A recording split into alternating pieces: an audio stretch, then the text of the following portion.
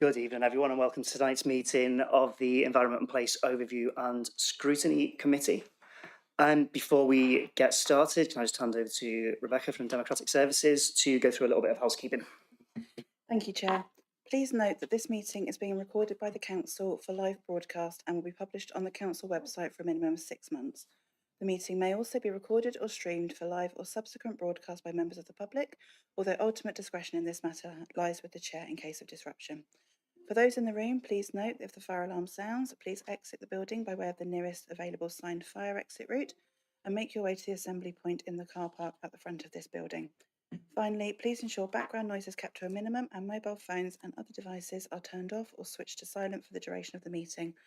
For those in the room, this includes turning off microphones and turning the volume down completely on your laptops. Thank you. Thank you very much. And I believe we've 3 apologies for this evening. We do, Chair. We've received apologies from Councillor Joe Clements, Councillor Gavin Wright and Councillor Brian Chick. And there's no substitutions, correct? No substitutions. Okay, great. Thank you very much. So item 3 is the election of chair. So I will hand over to the vice chair of the committee, Councillor Dalton Gibson, to preside over this item. Thank you, Chair. We have to, at this meeting, appoint a chair and a vice chair. Obviously, the chair can't stand for himself, so it's my role to do so. Does anybody have any nominations for a chair? Councillor Rice. Yes, I would like to nominate Councillor Chris Rigby for chair. Thank you. Thank you, Councillor Rice. And do you have a seconder? Right. Does anybody? Are there any other nominations? Nope. All in favour? Unanimous. I will hand back to the chair. Great, thank you very much. Thank you everyone for your ongoing support. I really enjoy this committee and I think we do a great job. So it's good to know that to have your continued support here. I really appreciate it. So item number 4 will be election of the vice chair. So before I seek nominations for this, I'm going to give my own nomination, which will be the current vice chair, which is Councillor Dalton Gibson, if there is a seconder for that. Yeah, thank you, Councillor Rice. And any other nominations? In that case, everyone in favour? And that's unanimous. Thank you very much. Would you like to say anything?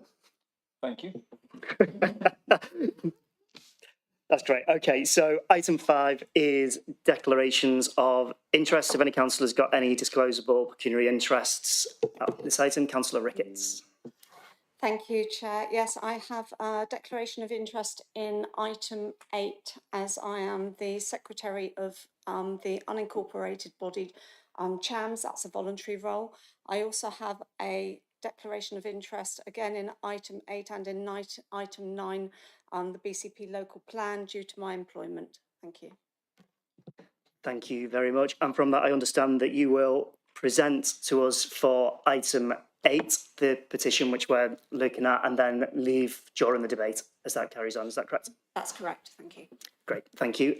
Any other declarations of interest? Nope.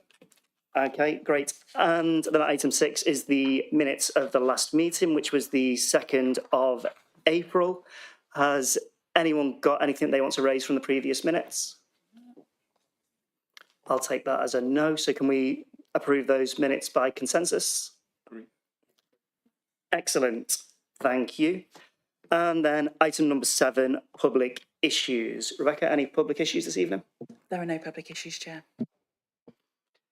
Okay, great. Thank you.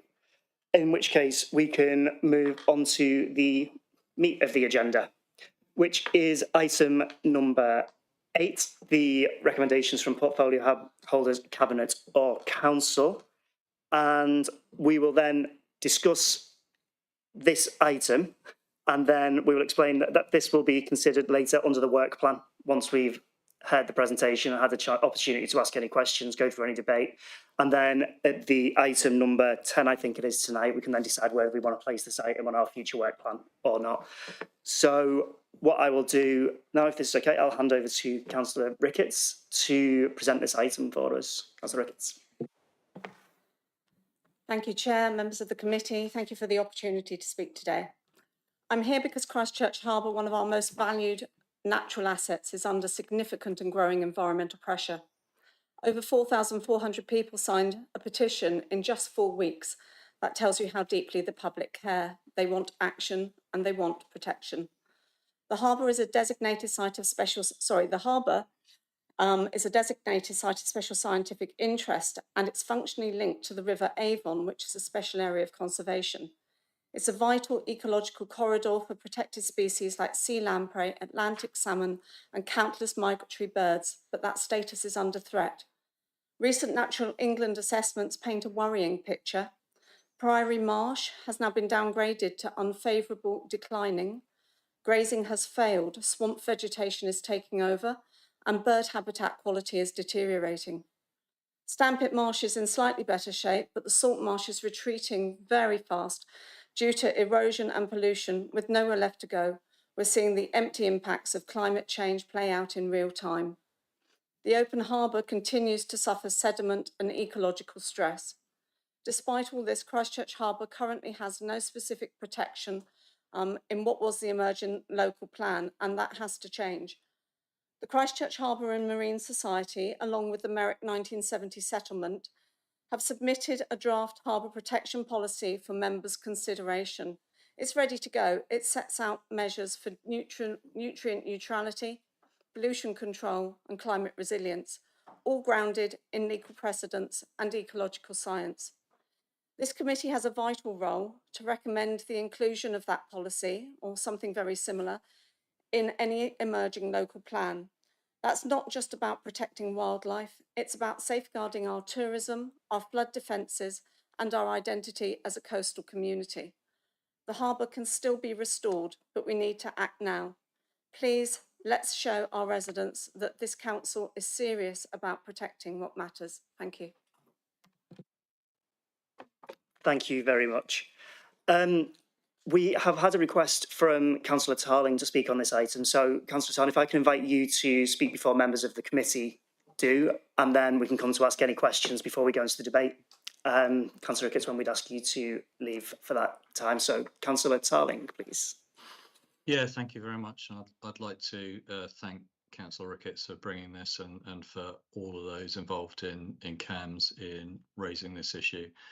As many members may be aware, the Avon has been designated as a river under risk. As such, it's got some very serious environmental impacts to the harbour, but also to the ability for us to develop new housing in Christchurch or the greater Christchurch catchment. So that's anything that feeds into the River Avon. My thoughts are very much that, to be honest, there's another River Avon which is getting a lot of attention to the north of us. For those that probably don't know, that most of the rain that falls in Hampshire or the western part of Hampshire and a vast proportion of Salisbury Plain drains down through the Avon into Christchurch Harbour. Along with the Stour, we actually drain a very significant part of central southern England through Christchurch Harbour. As such, as Vanessa has pointed out, it is very much under threat from a number of sources of pollution, and one of those is going to be the main water or sewerage responsibility holders. And my concerns are, unless we have some legislation or guidance in place, we will not be able to exert any influence over that water provider. Not only that, there are other things, landowners in the area who have certain facilities, be it agricultural or more intensive fish farming, that add to the nutrient load in the river. I have a bit of background in this. I studied wastewater engineering at university, and well aware of some of the issues we're talking about here regarding nutrients. And I want to make sure, the same as Councillor Ricketts does, and the many hundreds of my residents who turned out to the CAMS event, that this is enshrined in the local plan. We have an opportunity now, because we're revisiting the local plan, to make sure that we get this incorporated in it. And one of the recommendations in the motion that I proposed and was unanimously supported by council was that we create a task and finish group to include this into the local plan. And I'll just encourage members here that if nothing else, you get this on your forward work plan as either a task and finish group or by the committee as a whole. But I'll leave that to you, the committee, to decide that. But yeah, if I can't stress enough, I'm sure councils will remember there was a large contingent of paddleboarders, kayakers, people involved in the environment outside council chamber a couple of meetings ago. And I really do think that you know, it's very key to, or very close to, a lot of our hearts. Thank you very much. That's all. Thank you, committee, for letting me speak. Thank you very much, Councillor Tarling. Are there any other councillors in the room who want to add anything before I open this up to the committee to ask questions? No, in that case, any questions for Councillor Ricketts? Yeah, Councillor Dalton Gibson. Yes, Councillor Tarling has just explained how far upstream the Avon and the Stour go. I was just interested to try and understand. I think we've talked about different problems. Councillor Tarling mentioned a problem of not being able to build houses. You've talked more about the problems in the harbour, as it were. And I just wondered what you would see the cause of the problem as being. I mean, if we're not building houses, it's not the additional houses because we're not building them. Is it farmers fertilising their field, or what is the issue? Thank you. So the two rivers are very different. The Avon is a chalk stream, and that's why it's got that protection as well. We have, because of the protection on the Avon, we do have nutrient neutrality, and the developers have to mitigate against that, and it has caused some problems because there's only one company at the moment that you can buy credits from, which is Penny Farthing Homes, who have mitigation further up the river at Fordingbridge. So it has stalled development in Christchurch because of this. So no, we're not seeing that development. But what we are seeing at the moment is so on the Avon, we're seeing very high levels of nitrates, and that's probably coming off the farms. But we also know that people like Wessex Water, our water treatment companies, the sludge that they're using to treat the effluent is then spread on these farms by the farmers. So in effect, it gets back into the watercourse in one way or another. With the Stour, we've got just in BCP alone 4 water treatment plants along the course of the Stour. We're very careful about protecting our beaches, as you know, but in effect, what's happening is we're getting the water companies, if there's heavy rainfall, they're discharging into the Stour, and in the Stour itself, when we're testing, we're seeing extremely high levels of phosphates, which is indicative of sewage pollution. At Chams, we're testing every week for this. The strange thing, and actually quite encouraging thing, is that since Chams had its meeting back in December last year, we have seen those phosphate levels drop. So we're quite pleased that perhaps that is encouraging Wessex Water to make sure that they're not discharging as much as they were, which is good, but it's not good enough. The EA have said that they have to get a handle on this, and the government have agreed and have said that you've got until 2030 to do that. That's 5 years. We cannot wait 5 years. We've got to start putting pressure on the water companies to do something about this, because the harbour will be dead. In 5 years, we are not going to have our salt marshes. They are retreating at such a rate. We're also finding diseased fish in the harbour. We've had diseased bass. They've gone up for testing, and the testing has come back to say that the diseases are most likely due to the pollution that's in there. So we've got to do something about this. CHAMS is very keen to start E. coli testing as well, but the E. coli tests are very expensive.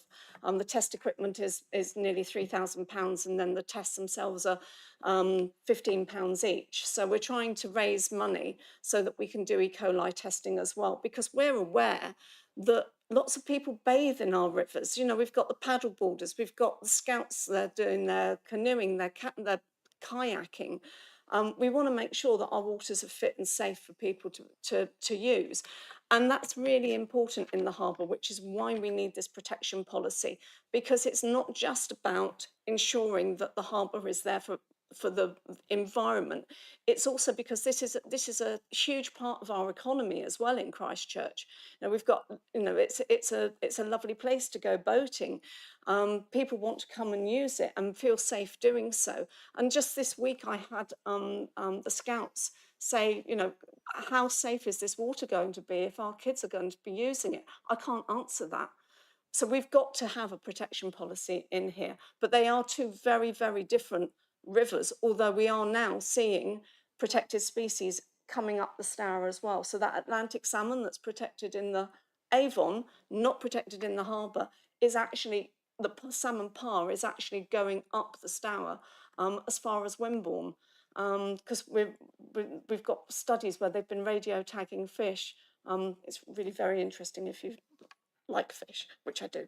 But yeah, so there are a lot of issues, but the protection policy will, if it's adhered to the harbour, will ensure that what's coming down the Stour is going to support that protection policy as well. So it will put pressure on landowners and on the water companies to clean up their acts. Thank you. You mentioned salt marsh problem. Presumably that's caused by the nitrates and phosphates. I would understand it, not being an expert on those things. My concern around the farms, and again, Councillor Tarling mentioned the wide geography, and I just wondered what influence we have. In other words, we are all concerned about the harbour, but in a sense, if all the pollution is going into the water way outside our area, what can we do is my question, because obviously for us to take on a work, we need to be able to influence it. It's not there just for vanity. We want to be able to do something meaningful. Well, if we get the protection in the harbour, it will be down to the EA then and Natural England to ensure that the pollution is kept under control. So they will be putting pressure on. So it's not down to BCP Council, but having this protection will then, I hope, encourage the EA, who have actually written a paper saying that the Avon is functionally linked to the harbour. That functional linkage is really important, because in admitting that, it's like, well, okay, so now we know it's functionally linked. We've got protected species that have got to come into the harbour to go up the river to spawn where they're protected. So let's protect them there, which hopefully will mean that the EA will then make the harbour an SAC as well. Sorry, when you say about protecting the harbour, that's not something we can do. It requires legislation, I assume? So we can protect the harbour by creating a harbour protection policy similar to the harbour protection policy that Poole have, and which is what we based, which CHAMS and the Merrick settlement based the protection policy on, which was given as an example of the kind of thing that we could do. That will then encourage the other bodies, the other governing bodies, to support that and increase that protection as well. So it's kind of like a catch-22 situation. Until we get a protection policy, we're not going to get the involvement of the EA and Natural England, apart from obviously Natural England's input with the SSSI.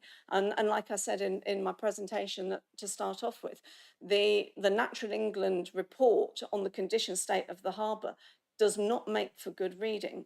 You know, we are at risk of losing that SSSI if it carries on, and we don't want that either. You know, this is a beautiful area that needs to be protected by as many means as possible. Thank you. Thank you. Councillor Tarling, I see you've got your hand up. It's a little bit unusual to bring in someone who's not a member of the committee to talk on this item, but while Councillor Doughton-Gibson did reference what you said at the start, if there's something you just want to add to what Councillor Ricketts has said at this point, I will let you, but just because you were mentioned at that point, if that's okay. For whatever reason you want to include me, Councillor Rigby, I'm very grateful. Just to answer a couple of questions that I think Councillor Dalton-Gibson was making, and what can we do? There's a couple of things that are going on here. Firstly, getting our house in order means that we've set a marker in the sand.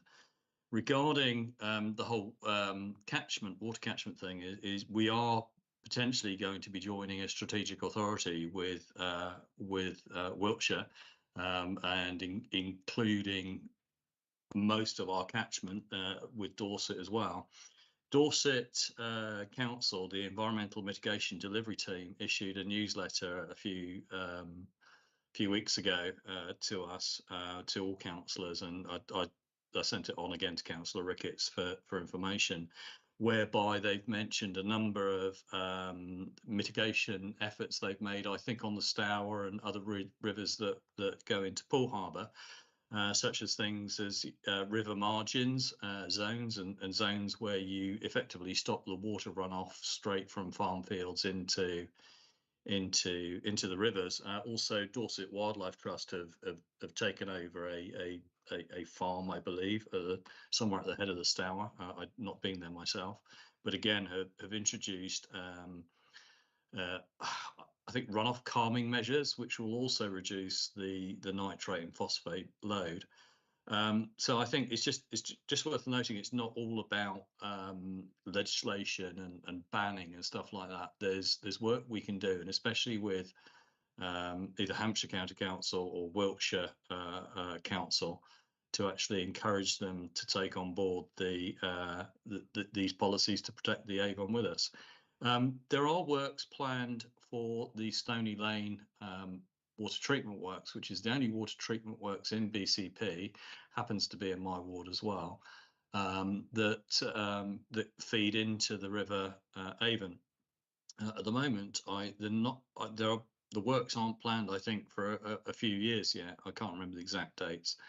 And what we'd like to do is to see that all the sewage treatment works on the Avon are actually upgraded as soon as possible to take out or put in the additional treatment plant that would include the removal of phosphates and nitrates. And I do believe, and hopefully I'm not breaking a confidence, but Merrick Estate has also reached out to Wessex Water with a discussion regarding the Stony Lane sewage treatment work. So I would just encourage that it's the last one in the line of the River Avon, but there's many more sewage treatment works upstream of BCP's part of the River Avon, where Wessex could be encouraged to do more in reducing the discharges to the River Avon, be it permitted or occasionally the unpermitted outfalls that we hear about on the press all the time on the news, with Fergal Sharkey talking about rivers and in the press. So yeah, there are other works that can be done. I think Natural England, as Councillor Ricketts said, needs to take the lead on it, but it's not all about enforcement and so. There's a lot about encouragement and incentivising sustainable farming techniques. Thank you for letting me speak again. Thank you, Councillor Martin.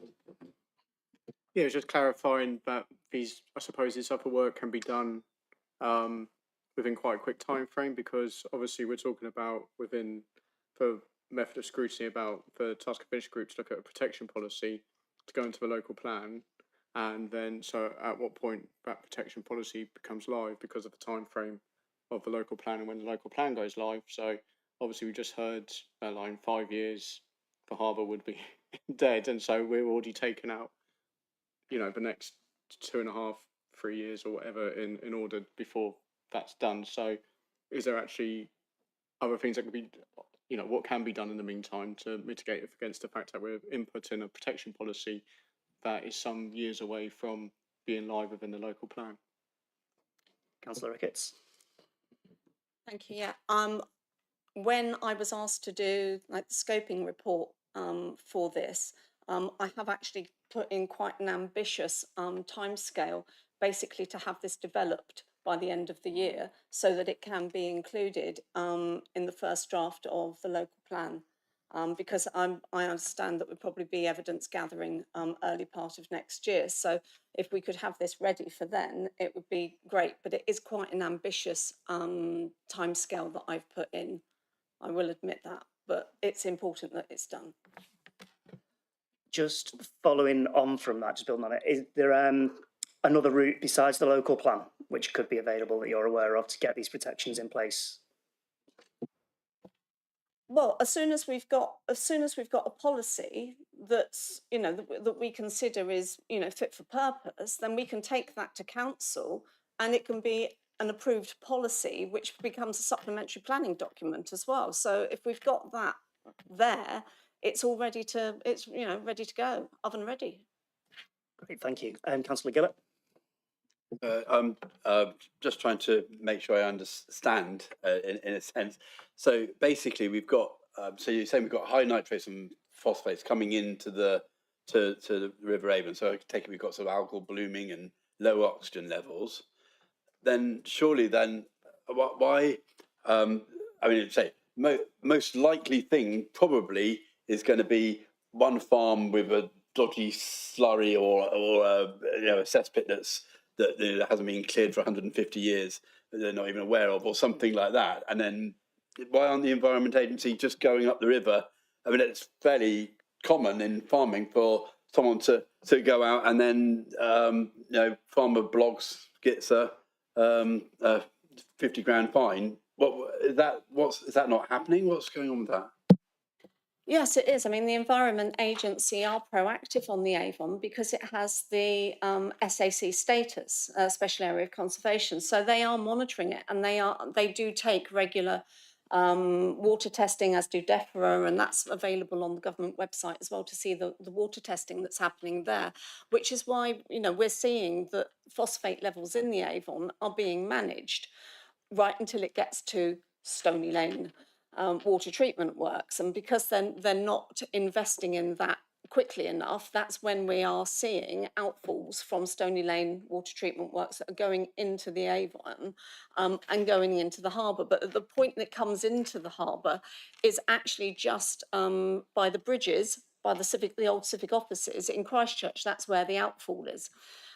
Just slightly up from there. So we've been testing there and then testing further up the Avon, and we're actually seeing the difference. You know, it's not as bad further up the river as it is at that outfall. But the main problem for the harbour is the high phosphate levels that we're finding coming down the Stour.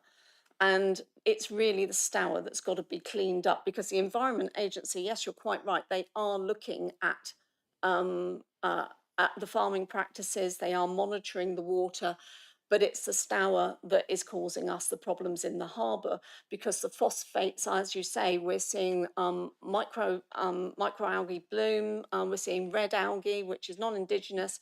We're you know, and that is what's destroying the salt marsh. I mean, we've lost in the last year, we've lost Blackberry Bank, that's gone. One of our residents reckons that it's receded about 10 metres in the last year, and this is the algae bloom that's and that as well then means that the wading birds can't feed, so they can't get through the algae. So we're seeing we've got a group called CHOG, which is Christchurch Harbour Ornithological group, and they're noticing the decline in wading birds as well. And it's the phosphates that are the big problem. So this is why those 4 water treatment plants, which are all in BCP, the Stour runs through 7 wards in BCP, that's where it's got to be cleaned up as well, not just the Avon, but the EA are not doing anything there because the Stour is not protected. But if we protect the harbour with a harbour protection policy by association, and again functional linkage, it means that the Stour has got to be cleaner. But they're still doing their regulatory tests, I take it, up the Stour. Yeah, absolutely. I mean, the DEFRA have done, I think it was last August that they did the last one that's on there. And I mean, we're seeing very high levels of mercury and arsenic in the water as well. Now, some of that could be due to the geology, but some of it can be, for example, one of the things where we're seeing high levels of heavy metals is airports, because the planes touch down, the rubber goes onto the tarmac, quite a lot of rubber. It's then washed away. It gets into the watercourse, and then we're seeing that happen there as well. So we are they are testing, but it's still quite worrying, the historic data as well. My question now. So are the phosphate levels that are coming out of the water plants currently, are they above the issue standard that they're supposed to be, or are they is it just that the phosphates are accumulating because of the accumulation within the south? Basically, is it legal? Is Is it legal? There isn't any, because it's not an SAC, there isn't any defined level.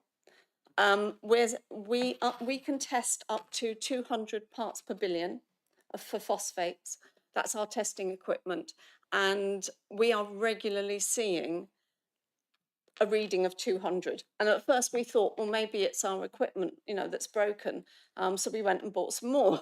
And again, it's regularly over 200, which means, we've got readings of 200, which means it's probably more than that. But just recently, I mean, we've been very fortunate. It's been dry just recently. We're seeing it coming down to like 160, 170. It should really be in the region of about 10, just to give you an idea. 10 parts per billion for phosphates. Thank you. I've got Councillor Rice next. I was just wondering whether we could ask Wendy Lane about her thoughts on this proposal, given her local plan officer role. We can, but we're talking to Councillor Ricketts at the moment. If there's no more questions, though, for Councillor Ricketts, we can ask if you can leave the room, and then we can go into debate about whether or not we feel that this should be part of what we do, and we can then bring in Wendy, and also I see Martin Whitchurch is online as well, who may want to add further information. But Councillor Ricketts, thanks very much for presenting that. Some really quite frightening things that you've said, and yeah, really appreciate you bringing this to our attention. Thank you, Chair. And obviously I do have lots of evidence papers as well, should the committee want those at any point in the future. And hopefully by the time we have the next meeting, my declaration of interest will not be in effect then. Thank you. Great, thank you very much. We'll just give you a moment to step outside.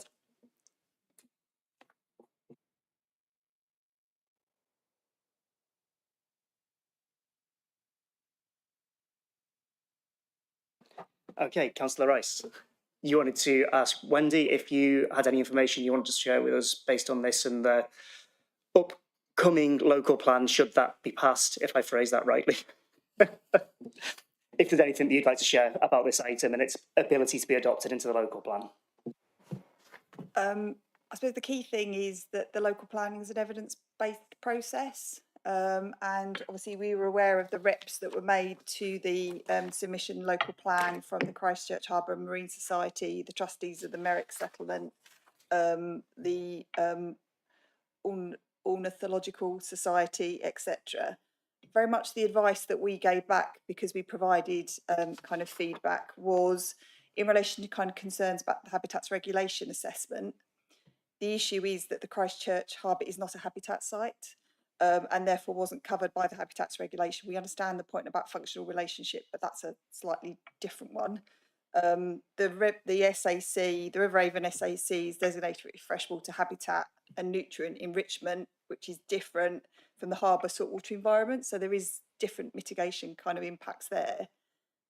But the most important thing for us is that Natural England hadn't highlighted that as a particular issue in relation to the Solent and Dorset Coast SPA. So the Christchurch Harbour is covered by that wider European modelling as a result of the way the Solent and Dorset Coast SPA scrolls round. So I suppose the key thing I'm trying to say to you is I think it's premature to look at this now.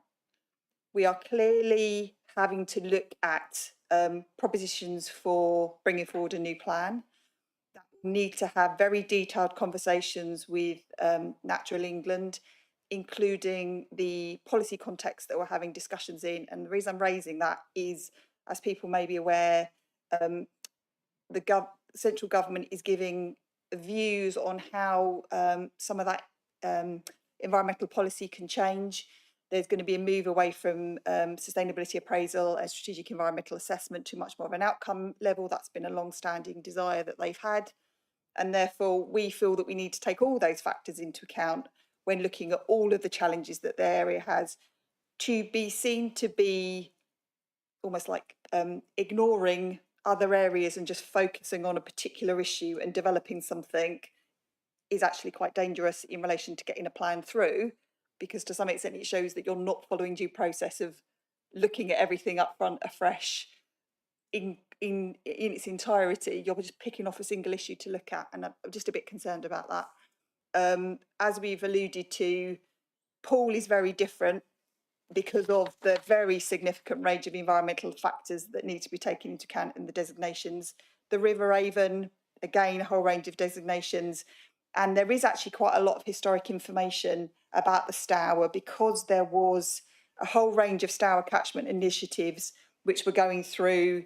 I've got a newsletter here that I'm looking at from 2013 that kind of very much looked at how they collaborated on the Stour catchment in relation to the need that provided for water, food, industry and recreation.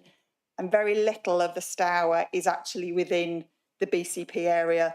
The whole of the upper Stour, it is primarily phosphorus, and that's the issue that it was having for failing the Water Framework Directive.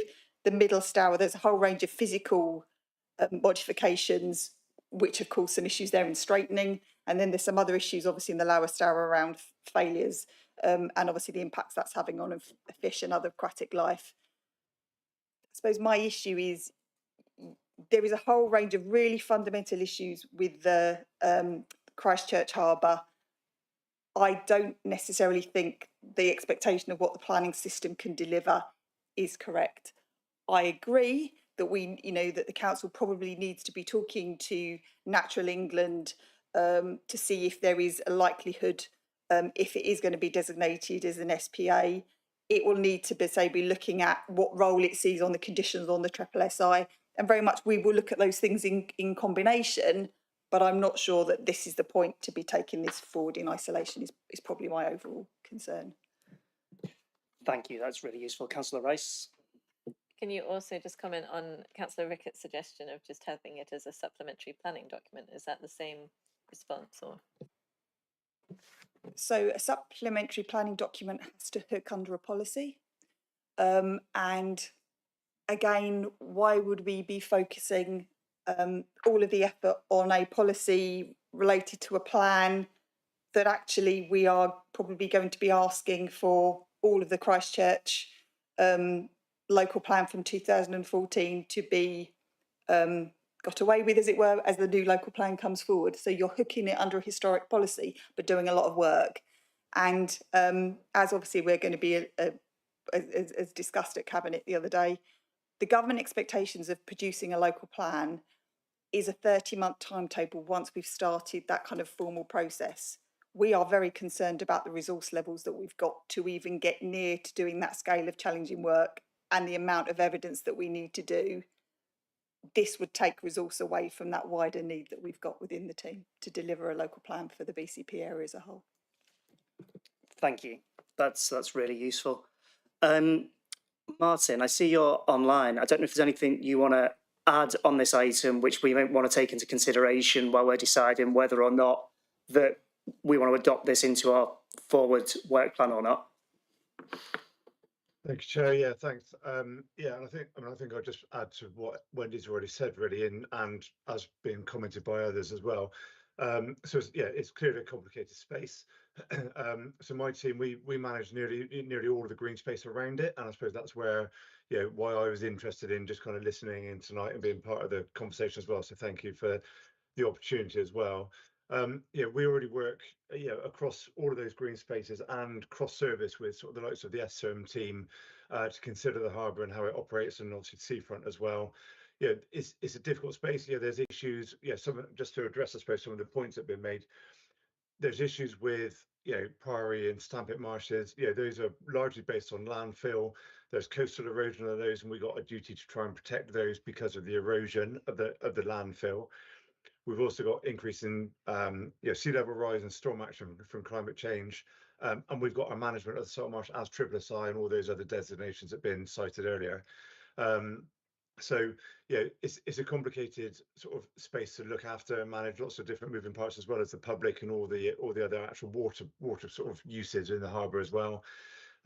We have been considering an addition. One of the pieces of the designation jigsaw that isn't in place is National Nature Reserve status, which we've been discussing with Natural England. That is something that we are sort of talking about, whether that would be useful for the harbour and the wider green space as well. So it was just a comment that that we're actively working to try and improve all of those green spaces around the harbour, and we do a lot of work in partnership with a lot of the people that we mentioned tonight, CHOG in particular, Friends of Stampit Marsh, as well as lots of others as well. So it was just to highlight all the other good work that is already going on as well. Thank you. Thanks very much for that. So, committee, what we're debating now is whether or not we should be taking this forward, if we're going to accept it or reject it. We can discuss it among ourselves. Again, we can ask the officers if we need any guidance or anything like that. But the result we should be looking for is whether or not we want to take this forward as something on our work plan, as has been outlined in the request from council, or in a different way that we may want to hook it or tie it to something else, or look at it as a bigger piece of work, or add it into extra things, something like that. So, Councillor Goodall, did you have a question for? Yeah. Just a quickie, only because my own adult brain needs some help here. Perhaps Martin could help, but isn't SSSI's on the harbour, isn't that Marine Management Organisation's responsibility, or is that part of Natural England? Martin? I think you're correct. From my working knowledge of Poole Harbour, then yes, it's a marine management organisation take over from around mean high water, I think. But yeah, I think you're correct, Chris. Okay, thank you. Councillor Edwards. Thank you, Chair. I'm just wondering, because obviously Wendy sort of said it's going to be quite difficult to get this into the local plan. Would we be better pursuing it to the River Stour to get the same status as the River Avon? I mean, obviously it's not a chalk stream river, but I just wondered how we would go about that, because obviously it would involve other councils. But would that be a better route for us? I don't know. If anyone could answer, either Martin or Wendy, if you've got an idea. Martin, your hand's just gone up. Thank you for bailing me out. I'll try. I think it would be difficult. So, as alluded to earlier, the chalk stream status of the Avon is what gives it its special character, special features that then, elevate it to the status of SSSI and Special Area Conservation and all the others. The Stour doesn't have that because it's not as good habitat, it's not as good quality. So unless you can get it to that quality, then you can't get it designated. So the route to do that, and I think the point that's been made tonight is obviously Christchurch Harbour is the receptacle, if you like, for both those rivers. Actually, the majority of them are out of our sort of gift, if you like. They are out of the BCP area. So you would need to do significant work upstream. The bit I missed a minute ago is there are catchment partnerships for both the rivers. We have officers, and I sit on some of those. And as do other parts of the council service units. So we do feed in and play a part in those. But getting change on that scale is something that we're trying to, obviously that's part of the aim. But to achieve that change in status, I think for the Stour would need quite a long time and quite a significant amount of work, I think. Thank you. Councillor Dalton Gibson. Can I ask, through you, Chair, I'm not sure whether it would be Wendy or Martin, in a sense, well, what could we do? I mean, I don't think any of us are in disagreement that we would like, can we do something? We don't want it to deteriorate. But the question is, what levers do we have? Martin, I can see Wendy's indicated. I suppose my view is more what can you do via the local plan process? And again, we'll probably talk about it a little bit later, but there's obviously a clear role for overview and scrutiny as part of local plan development. So you will have an ability to obviously input to scoping for those policy development if you determine that you do need, as a result of the evidence that we will be sharing at kind of key stages, feel that there is a justification for either a Christchurch Harbour or more of a catchment related policy, and obviously working with FSERM as well, because of a lot of the information that we have obviously relates to those kind of wider and the shoreline management plans, etc. Overview scrutiny has a role in all of that, but I just think by focusing on just this one issue isn't necessarily the best approach. But fundamentally, we do need to make sure that those issues that the public consider are fundamental are considered in their entirety as part of the local plan development. Otherwise, we are unlikely to be able to progress with a local plan with the scale of the challenge that we're bringing forward. Thank you. Councillor Martin. So just to clarify, if we had a local plan, we had a BCP-wide local plan in operation right at this moment, and they brought this policy, that could be put under, that could be adopted and put under it in such a world. Wendy, can you answer that? So you have obviously the Christchurch core strategy, and you have saved policies already in the Christchurch. Very much that's what Councillor Ricketts was suggesting as could be an option, to not redraft the Christchurch local plan, but rather to produce a supplementary planning document which hooked under a policy and then focus on that to bring that in. I'm not sure it would be any quicker, and I obviously highlighted those concerns about taking resource away. Yeah, I suppose where I'm coming from is just, obviously, people have gone to the trouble of doing a petition. It's gone to full council, which sort of went through, obviously with no dissent. And so I'm just wondering, and obviously when it gets to this stage where we've said this and now we're obviously being told it would be detrimental to the local plan. So I'm just wondering if that could have been said earlier to save us having this conversation now. That's why we exist, to find these answers, right? Well, so I mean, like, obviously lots of residents have put their names to that.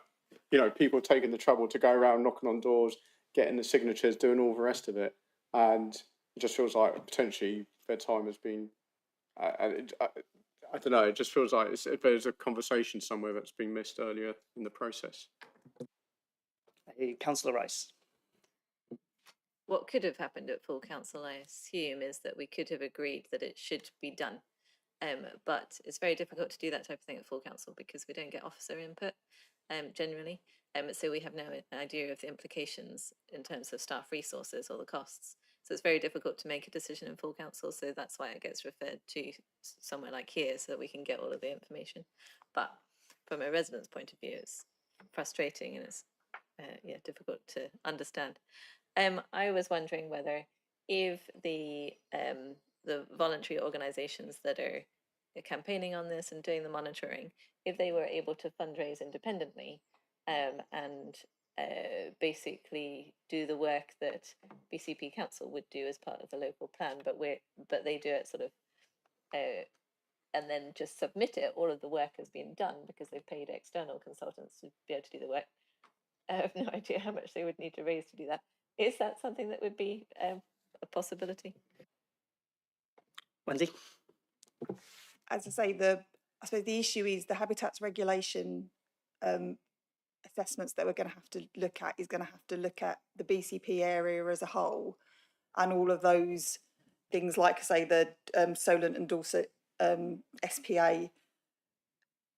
No, I can't see that an organisation would be able to do that work at the scope and the scale that we would need it to, that would actually really assist. What obviously we can do, and I don't think that we're saying no, I think we're just saying it's premature. I think we're saying that there's clearly an issue that needs to be looked at, and obviously all of this evidence that has been alluded to by Councillor Ricketts obviously can feed in.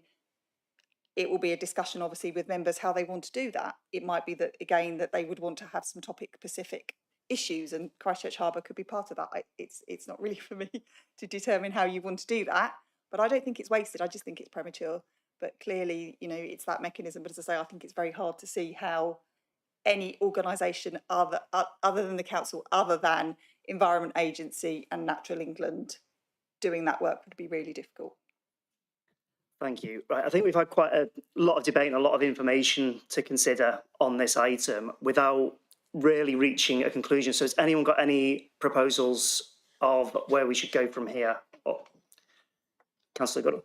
I'm not sure I've got a proposal, but it seems to me we've got two issues here. We've got what I would call the long-term issues that need to be tackled, whether it's the river Stour or what have you, and the short-term issues, and I just wonder whether or not, if we decide to accept that this is a job of work that we're going to do, that we do almost a PR exercise, which is to ask MMO, Wessex Water, and possibly CIFCA to come in and talk to us so we can build on our knowledge base and then take it from there. But these three organisations would be able to help us with our short term.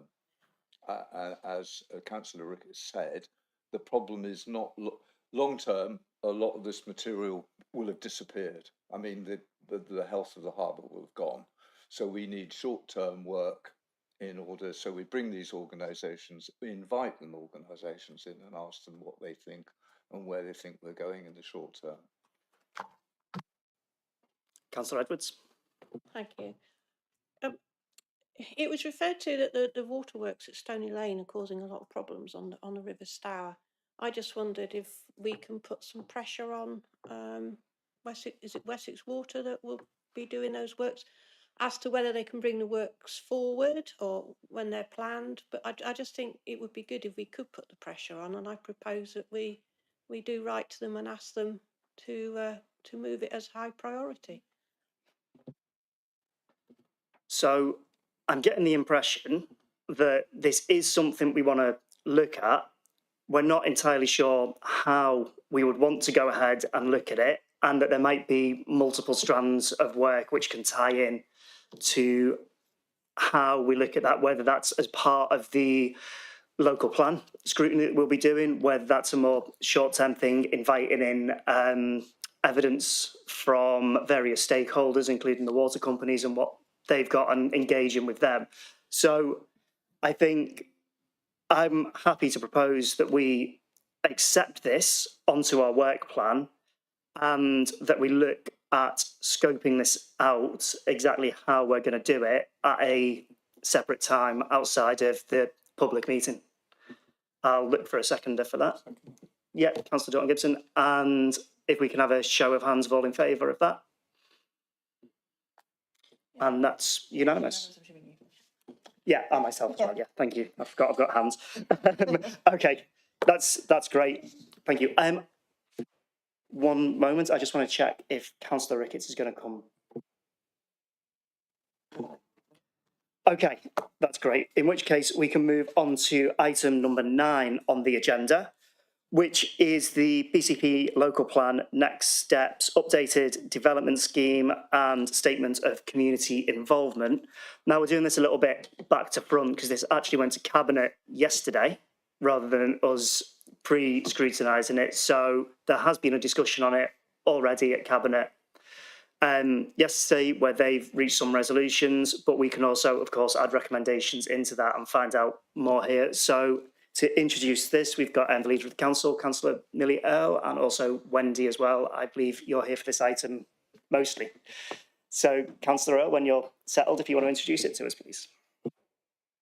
Thank you, Chair. And I think it's important to say that this will go to full council for consideration. So any recommendations can then go forward. If we're, as a Cabinet, happy to amend them in that meeting, then we can do.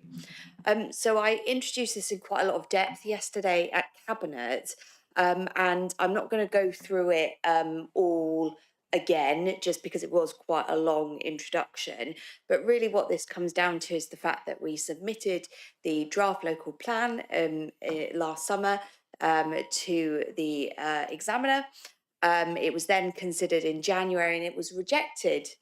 It was rejected on mainly the duty to cooperate. So that is how we as a council work with our neighbouring local authorities. So in this case, it would be Dorset and the New Forest, to find where we can put in additional homes to meet a shortfall if we can't meet them within our own boundaries of our local planning authority. I think it's pretty clear to look around. It's very difficult to meet those because we have a lot of constraints in our local area, including the sea, the harbours, the heathland, the floodplains. There's not a lot of space to put homes. So we argued on the basis that we felt that the formula of the mandatory housing targets that the government were giving us, which would have been to deliver 3,000 homes, we felt that they weren't correct for us. And in fact, they don't take into account things like the student immigration numbers. And actually, we would be one of those places that would qualify for a slightly lower number. That number was about 1,600 homes. And if we had been able to do that, we would have been able to potentially deliver that within our own boundaries, and therefore the duty to cooperate wasn't really an important factor for us because we wouldn't have needed to cooperate. However, the inspectors did look at that. We do cooperate with our neighbours, particularly on things like strategic transport and employment needs, and also things like what we've been discussing, nutrient neutrality. But the problem is that it was that strategic planning. It was talking about where homes could go that they wanted to see evidenced, and they didn't get that evidence. Failure of duty to cooperate is not something we can come back from. It's very clear in the letters in the letter from the inspector. In fact, I'm just going to find the phrase. Yeah, on paragraph 37, it says, there are two options open to the council, either to withdraw the plan from examination or to ask that we write a report setting out our conclusions. The latter option would incur further expense, and the contents of our report would likely be very similar to this letter. I mean, how to say we are not going to be playing ball on this one without directly saying it. So it doesn't really leave us any options. I mean, we could say there is an option to fight this with them and pay for an extra report and everything else. But I take from that statement that why would we waste our time and our money doing that when actually we need to withdraw this local plan? We need to go back and consider actually submitting a new one. And like you heard in the previous debate, there is now a 30-month plan from government to try and get a local plan through the process quickly, and it's a very short timeline, but we need to get on and do this.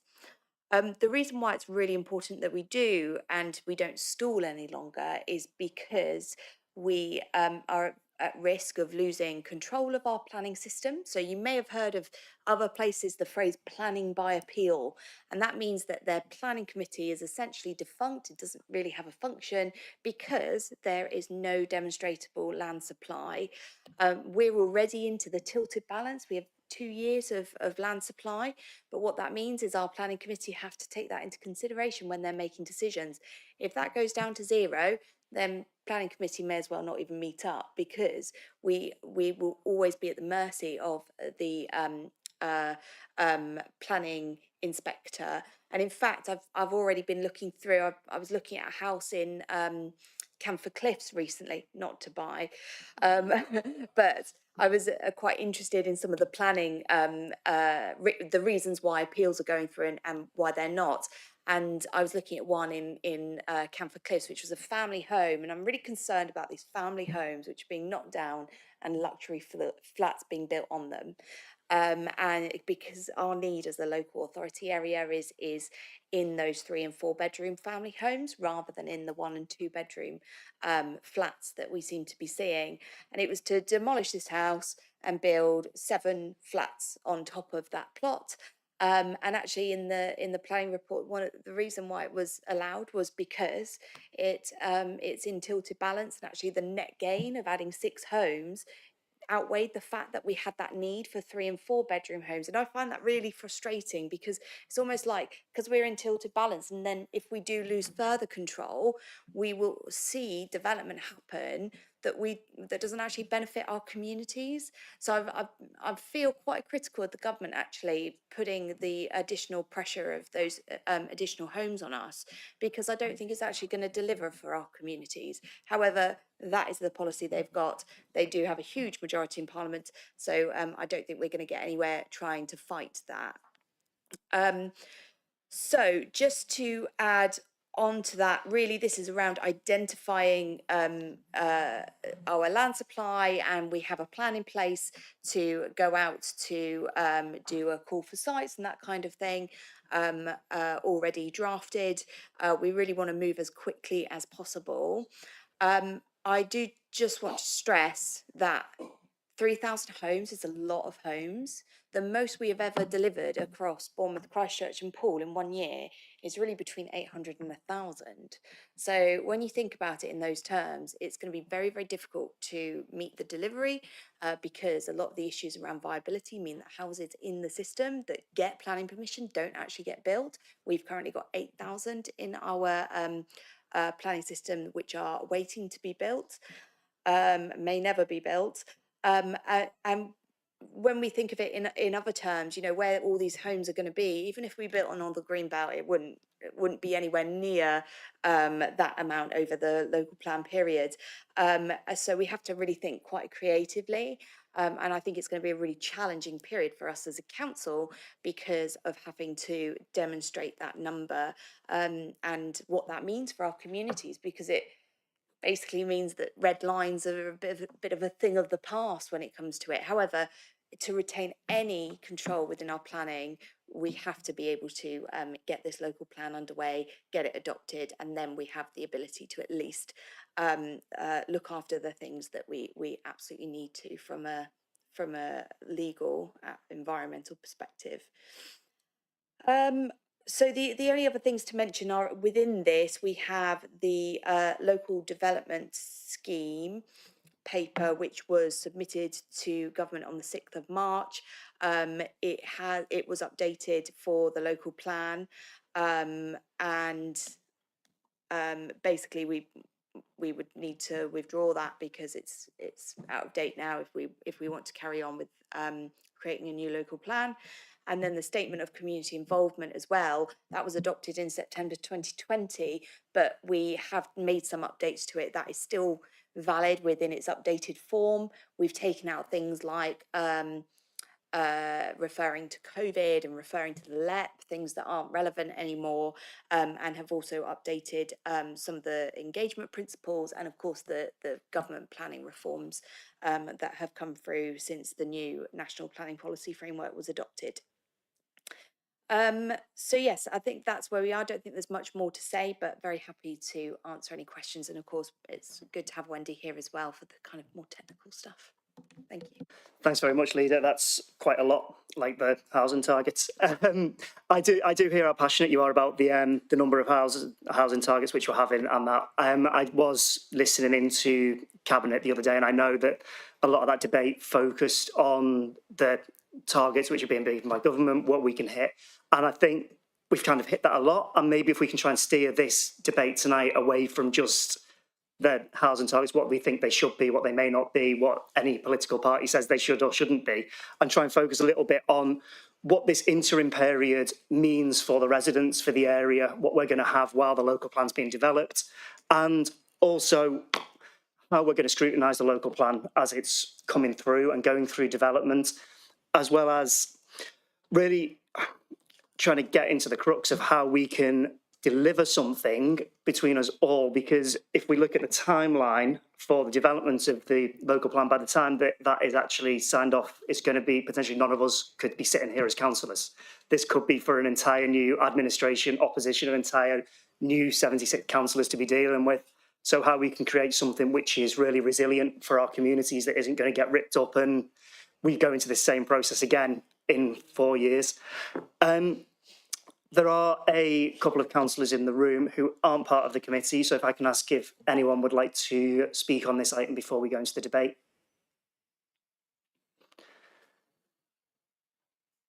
Councillor Farquhar.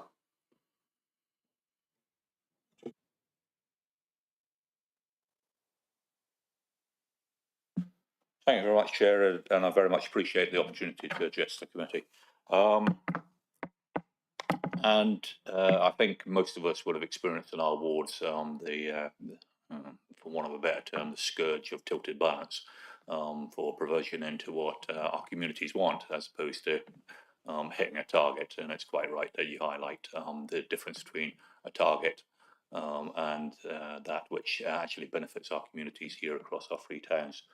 I wanted to sort of address the committee around the nature of, to your point, what's happening in the interim period between the new local plan being submitted. And I would also like to speak as the Mayor of Bournemouth rather than the ward councillor. The reason I say that is because I had the opportunity to speak to what is termed a van lifer, a fellow called Wayne Willits, some time ago. And as the Mayor of Bournemouth, I was dismayed that as a van lifer, for those of you who don't know, is those, for whatever reason, actually live in converted vans and may travel from place to place, and essentially a part of our traveller community. And I was devastated to hear from Wayne for his travels in Europe, etc., that the provision in Bournemouth, or the lack of provision for those that actually live in vans, meant that it was viewed within the travelling community as a hostile town. And I was devastated to hear that as the Mayor, because I don't want Bournemouth, and let alone BCP, to be considered as a hostile town to any demographic. So I said that I would speak on that particular point, and bringing it back into the focus for this discussion is that what happens in the interim, now that the local plan has been knocked back and we have to rethink, is that the situation still exists, that there isn't provision for those that are of the van community. I had the opportunity to go to a Cushy Book meeting yesterday with Betty Billington, British Empire Medal, to talk to the local plan and the fact that it was up on the slates, as it were, use my terminology, as regards what's happening to the GRT community. So that's the Gypsies, Romani, and travellers. And I spoke about my conversations with Wayne and other members of the van life community. And at any one time, I've got the good fortune that my ward borders the seafront. So along Boscombe Overcliff Cliff, in any one week, at any one given time, I'll have anywhere between 1 to 2 dozen van lifers parked up along that sort of area. And Betty's more than happy to advocate and talk for the van lifers as part of the travelling community, and I think that's quite right and proper. So we had a discussion as regards the provision, which was considered for what they call a temporary site, a transit site for travelling community, and the fact that as a BCP, we've continued over the last 6 years of our existence to kick that can down the road. And the concern which Betty raises on behalf of the GRT community, which now includes the van lifers, is that there are decisions being made about that community, not including that community. And the fact that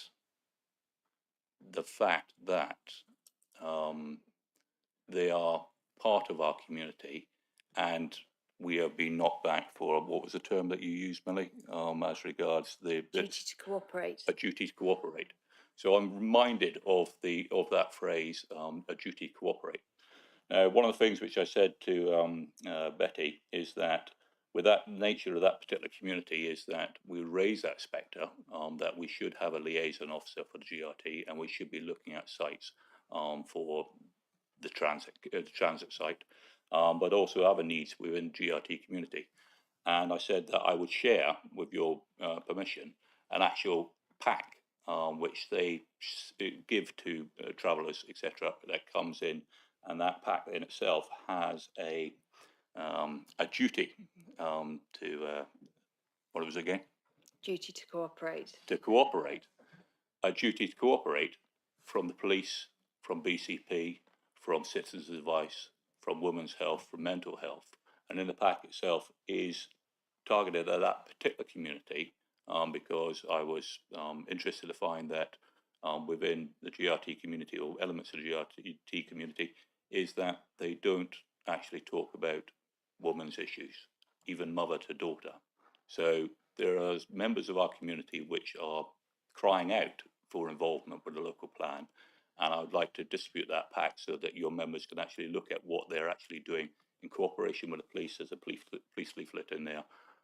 There's a Christie book leaflet. There's also citizens' advice, and there's also women's health and mental health links, etc., from the council. And I wondered if you'd allow me just to read one component part, which I think is quite pertinent. Would that be possible, Chair? I would let you read it. However, I don't know whether you know or not, but as part of our work plan, we actually have an item sitting on there which is coming up on to have a date put on it, which is directly focused on van life and van living in BCP. So that may be a good time that you might want to come in and do that. But if you want to read something now, you're more than welcome to. I am aware. I just wanted to highlight that there is the wider GRT community that's crying out for involvement and a duty to cooperate, particularly in relation to our van lifers and the wider GRT community. I understand. Councillor Earl, you're just waving slightly. Yeah, I just want to clarify what duty to cooperate means. It is not the duty to cooperate with various communities or individuals. That is through the consultation process, which we actually did really, really well and got some really good engagement. And along with ward councillors as well. Duty to cooperate is the statutory duty to work with other local authorities, so in this case Dorset and New Forest District Council, to be able to allocate basically the shortfall in housing over to those places. But we do cooperate as well on things like strategic planning matters, strategic transport, and also things like transit sites and so on. So I just wanted to clarify what duty to cooperate meant within this context. Thanks for the clarification. If I may, Chair, that's excellent, because that matter came up again in the meeting with Christie Bock, in that perhaps that duty to communicate as regards sites and locations, both permanent and transit and emergency, doesn't cross borders between Dorset County Council and BCP. Thank you. Sorry, Dorset Unitary Council, is it now, or just Dorset Council? I think I'm giving them a missteer there. But thank you. Thank you, Councillor Farquhar. Councillor Canavan.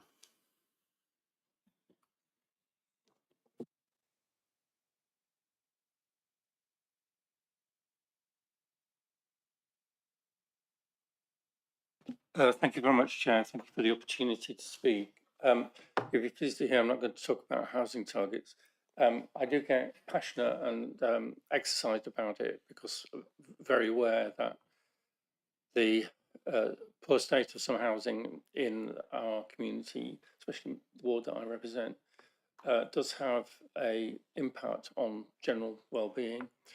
And the lack of housing also causes quite a significant problem to those who can't access it or can't afford it. But I'm not going to talk about that. What I would like to address is 2 points that you've identified. A, what do we do in the interim before we get a local plan? And B, how do we approach scrutiny in terms of a local plan? So in terms of the last point, I do think there is a real strong case for scrutiny, but with the greatest respect to this committee, I don't think it sits here. For the reasons I just outlined, it impacts on a whole range of other committees, not just health, but lots of other ones as well. And I think there needs to be some form of wider scrutiny and involvement, because I'm sure that all of the 76 councillors across the piece would want to have some input, some say in the process, and I'm confident that the process will be robust enough to do that. But I think it really is important that we find a way of trying to keep track of how that local plan is developing, but not in this committee, because I just think it's too remote in the sense that the frequency of meetings, etc., is not ideal, and also I think there is a need to involve other people. So I'm just going to make that bid for us to try and come up with a different way of approaching how we scrutinise the development of the new local plan.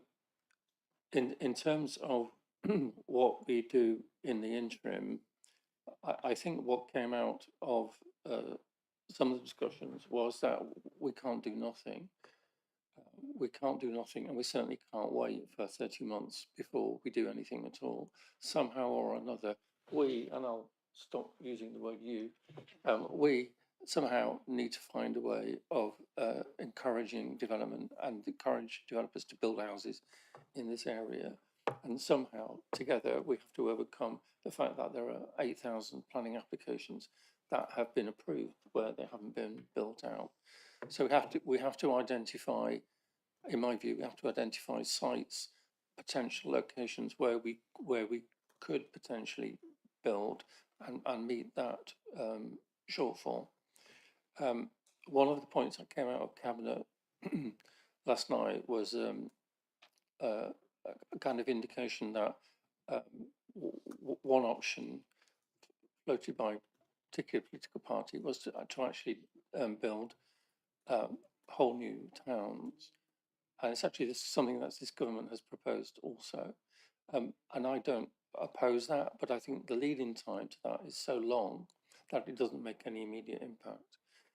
So you could create a new town somewhere on the border between BCP and Dorset, but it would take 10 years for it to actually come through. So I don't oppose it, but I don't think it does anything to address the issue in the short term. So it's just a request, really, that somehow together we try and get our thinking caps on and try and think about areas that we might be able to develop and ways in which we might be able to encourage developers to actually build the houses that we need. So thank you, Chair. Thank you for that. Any other councillors not on the committee? Councillor Salmon. Welcome and congratulations on being the new chair of the Overview and Scrutiny Board. Well, thank you very much. I wasn't going to say anything, but and I'm only going to take a second, just to echo really a little bit what Councillor Canavan just said around. I am brand new to chair of ONS, so forgive me, I'm not fully ready to talk in detail about how we do scrutiny of the local plan, but I have quite a strong feeling from the outset that it is something that should be picked up broadly across all of scrutiny, and I think that I'd like to see us all, the chairs and vice chairs of all the scrutiny committees, work together on how we would like to work together on scrutinising the local plan to make sure that we do, and the development of the local plan to make sure that we do a really good job. That is all I wanted to say. Thanks. Thank you very much. I should probably be fairly clear on how scrutiny previously worked on the last local plan when it was coming through, and that the Overview and Scrutiny Board was looking after scrutiny of the development of the local plan at that time. And then when we had a rejig through what directorates each committee would look after, the planning, or most of planning, already sat with us as the Environment and Place panel, and then we took on the end bit, assuming that the local plan would have been passed and we'd be looking at that.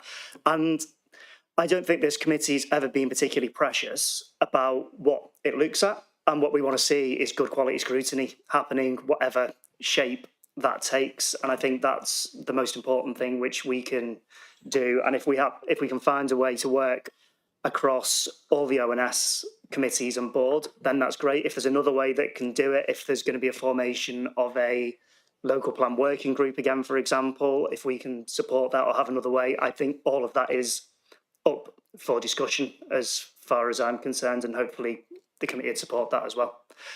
But members, I'll throw it open to you. Questions for the leader or Wendy? Councillor Dalton-Gibson. It was really a question for Wendy. I think it's quite technical, no disrespect, Melly. It's the 30-month part is the bit that interests me. I would have thought that we have to be, I'll use the word broadly, 90% there, in the sense that we've already consulted with our residents. That's not going to change significantly. I realise that there are probably certain things that we have to do, maybe statutorily. I think I remember seeing an 8-week and a 6-week consultation as part of the process, which we just have to buy. But I just wondered, what are the opportunities to do it faster than the 30 months on the basis that we actually already have, relevant recent information, and whether we can therefore get it in through quicker? Wendy. There is a lot of information that is still relevant. The problem, there is also a lot of information that was based on the spatial approach to growth and the quantities of growth that were being put forward.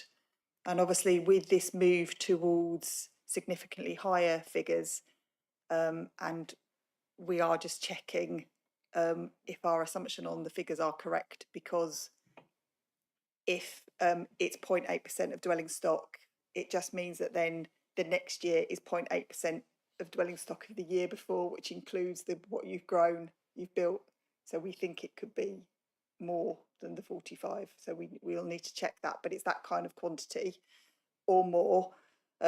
We think there's areas where, things like the transport modelling, the habitats regulation, the waste generation, the water demands, say changing government policy on environmental outcomes, all of those factors will need to be looked at again. The other issue is, as we said, the call for sites. So the problem we had last time is that we went to the market, we asked them to identify sites, and actually the site levels that we had were broadly the level of site that we could kind of identify. There was a bit more, but we weren't even at the level of a previous standard method, which was 2,700. We didn't even have enough sites for that amount. So we kind of need everyone to be looking intensively to see what can come forward, whilst also recognising those fundamental constraints that you've talked about earlier around your concerns about things like Christchurch Harbour. Is that therefore a solution that you might be saying collectively that actually you'd like a loss of agricultural land in some of those areas with a move to house building, for example, that then you can monitor your effluence, etc. So these are such complicated issues that you're looking at the macro and then the micro scale, that we think it's going to be very hard to do it faster than we've proposed. The other thing is we don't really have the full detail of how the Levelling Up and Regeneration Act works. So the government is very explicit. It doesn't want you to gold plate evidence, etc. But when you look at the detail on plan making, there's more and more studies that are listed that we should be taking into account. And the nature of the BCP area is that pretty much it has everything. Anything you could think of, apart from coal, that actually there's probably an applicable study that you would need because it's just such a complex area. So the proposition that we've put forward to Cabinet in the local development scheme is focus on the engagement up front. So that is going to be talking to developers to find out why they're not building. It is going to be talking to the electricity company around where their fundamental infrastructure is, because to some extent that will be a constraint in some areas. We are going to have to obviously be engaging with, say, landowners to see where they do want growth, to see if there might be opportunities for the short-term wins that's obviously been highlighted. I think in many ways it's just talking to everyone. And then the other point is we will be needing you to be talking to your communities too. So a call for sites inherently is normally a developer putting forward a site that they see. We need everybody looking at sites that they can see could come forward. And it could be that there's an area you just don't think is delivering what your community needs. It's derelict or it's underused. We need those coming forward, then we need to be talking to those landowners. And sometimes the people that can have the discussion with the landowners are the people that know the landowners. So it's literally going to have to be a really concerted effort. And even then, as I've alluded to, I'm concerned that we're just going to be really tight on resource because of so much work that's needed. But, the government, as I say, is very explicit. And we will be starting off on the position that it is our intention, we're not saying we can do that, but it was our intention to see that we can identify sufficient land for all of the needs. And again, as you've very clearly alluded to, Councillor Rigby, the local plan is more than just housing. And as we've also heard, there was obviously decisions made previously. There was a decision, as Councillor Farquhar has alluded to, not to include a transit site. There was a justification for that point. At the same time, in the past, there had been proposals for transit sites in Bearwood. So that doesn't necessarily preclude sites coming forward. There was obviously reasons why that particular one was refused. But, there is still, planning applications are still coming in. They're still being determined. The tilted balance is meaning we are having to disapply a number of policies that impact on housing. because of that tilted balance, but we are still permitting applications all the time.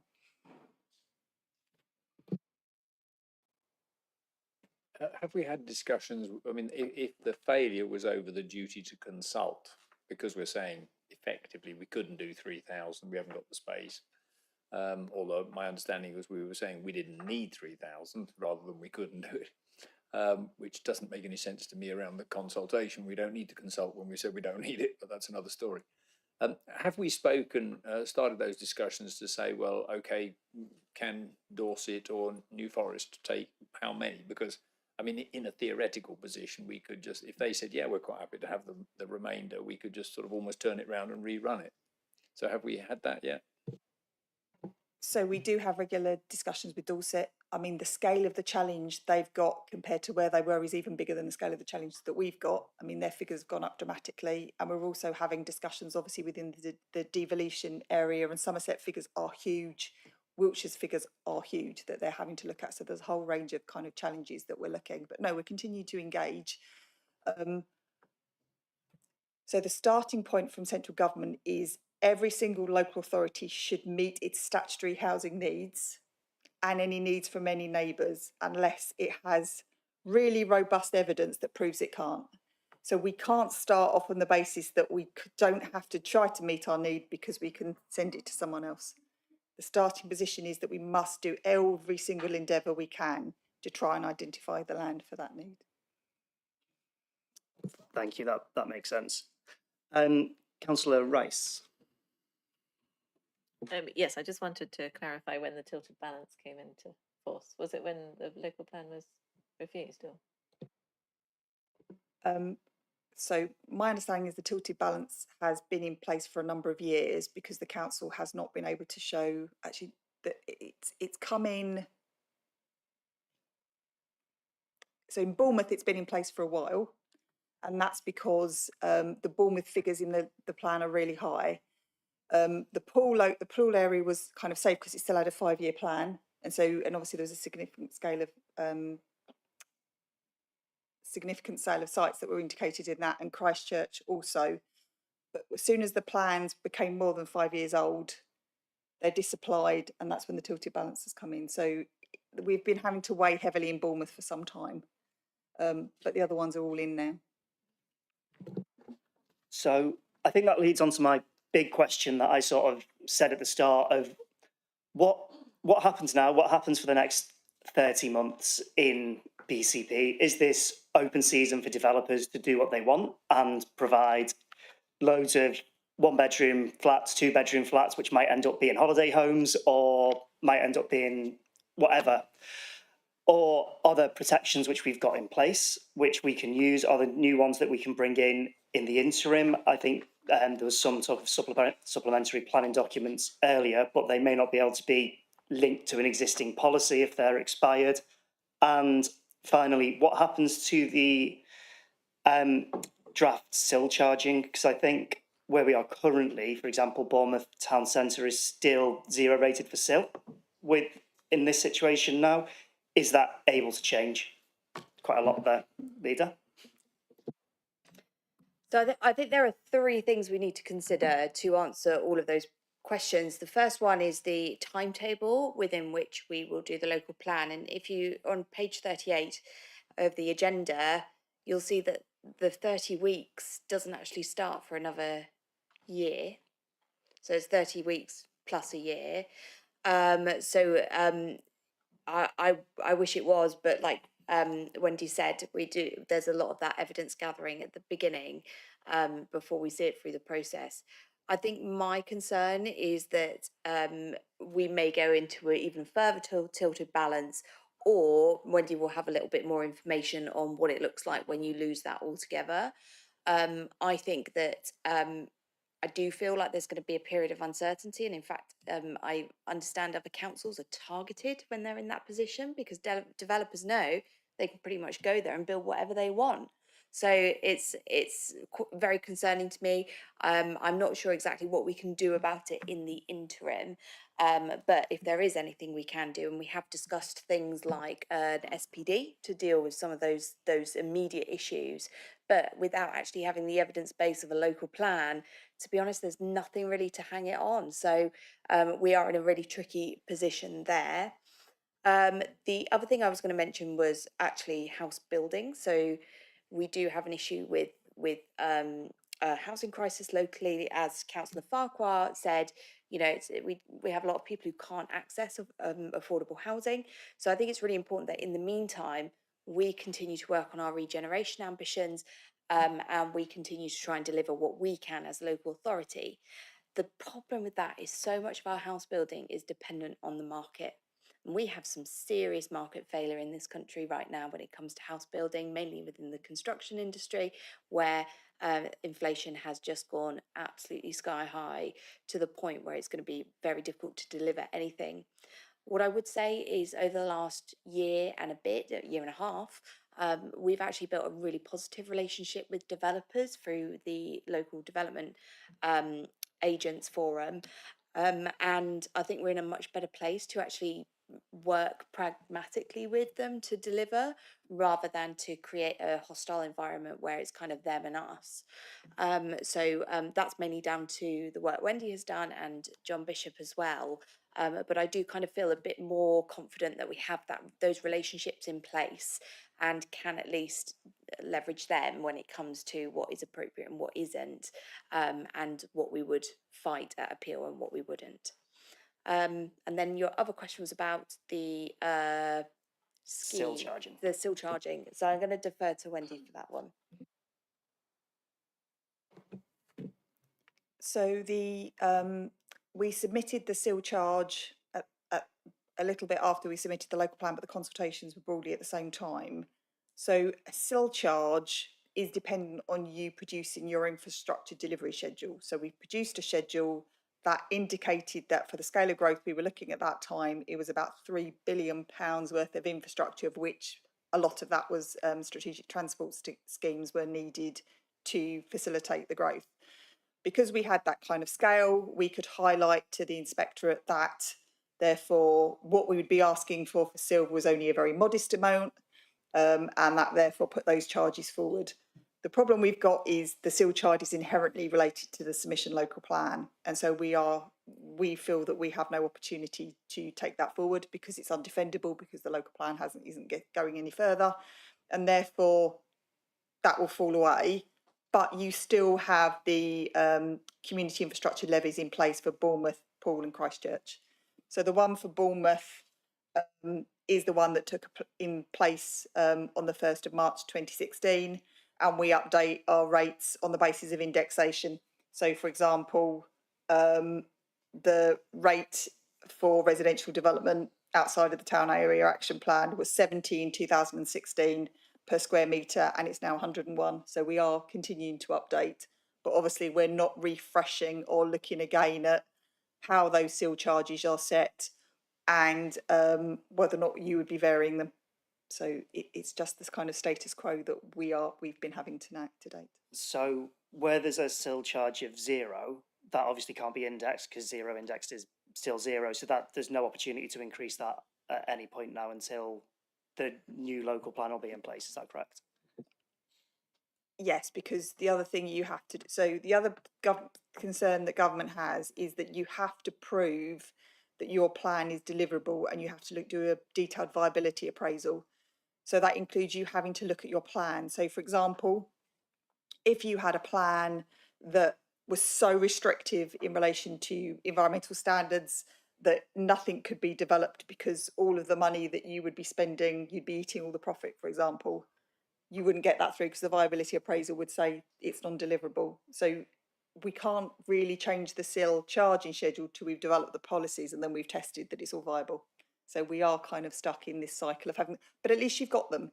You know, at least you do have the SIL charging schedules. There are other areas that, you know, whose plans have failed and they don't have those options and they're just relying on the Section 106. I suppose the other issue is you do still have the option for Section 106, but again, there is always the need to prove that it's viable, and that's particularly been the issue with affordable housing in the urban areas because of the cost of brownfield developments.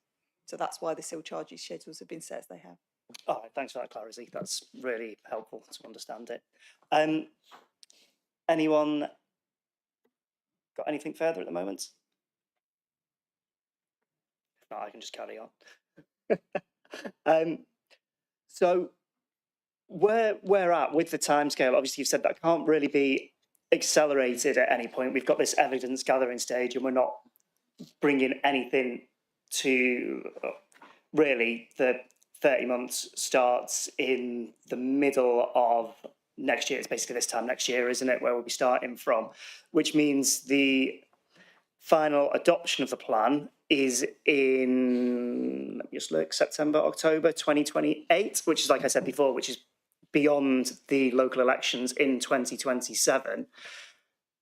How can we work together to ensure that we have a robust plan that, given the opportunity that there may be an administration change, there may be a complete change of 76 councillors, will continue to be able to be adopted in 2028? Do you have plans for how we're going to work cross-party, putting together new working groups, things like this, to make sure that there's something robust in place?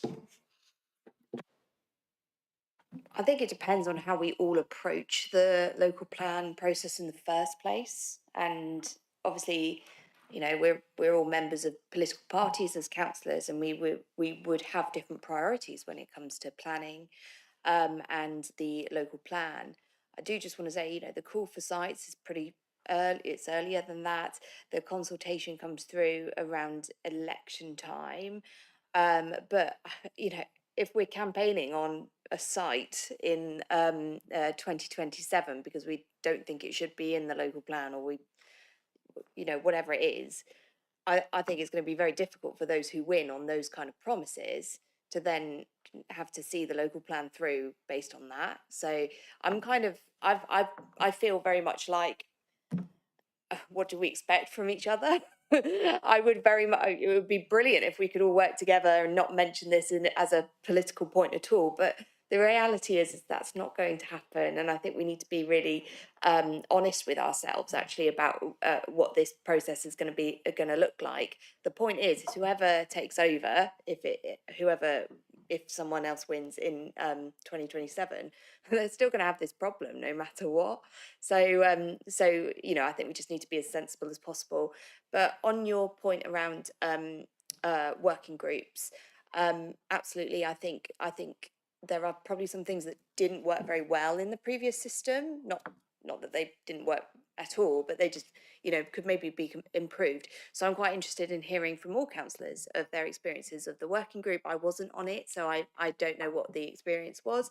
But if there are any suggestions of how it could be more engaging, one of the things I want to do is make sure Cabinet, as a broader part of the council, is more involved within the local plan. I think that's something that we probably missed, and that was more to do with the change of administration and the fact that things had already been built to a certain extent, and we were taking over. But because we're kind of in this level of stability, I think that because it crosses so many areas of the council, everything from transport to, you know, housing, all the way to well, pretty much every portfolio it touches in some way. So I'd quite like Cabinet to do a bit more around setting the agenda, because we have that opportunity, but that has got to be through an accountable way. So it needs to be scrutinised. And what I don't want to do is put any expectations onto Scrutiny as to how to scrutinise it, but I'm really keen that it is scrutinised. So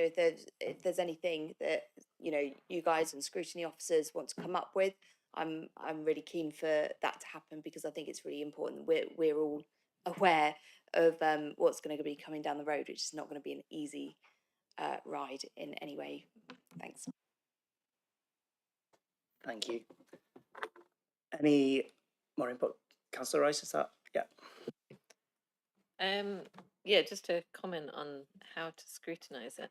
I would support more Cabinet involvement, sort of a wider range of people from Cabinet involved.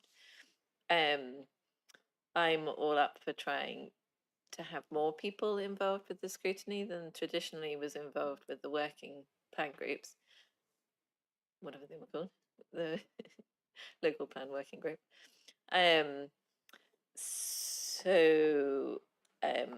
yes, I would like some sort of working group, but maybe I could envisage cabinet sort of having discussions.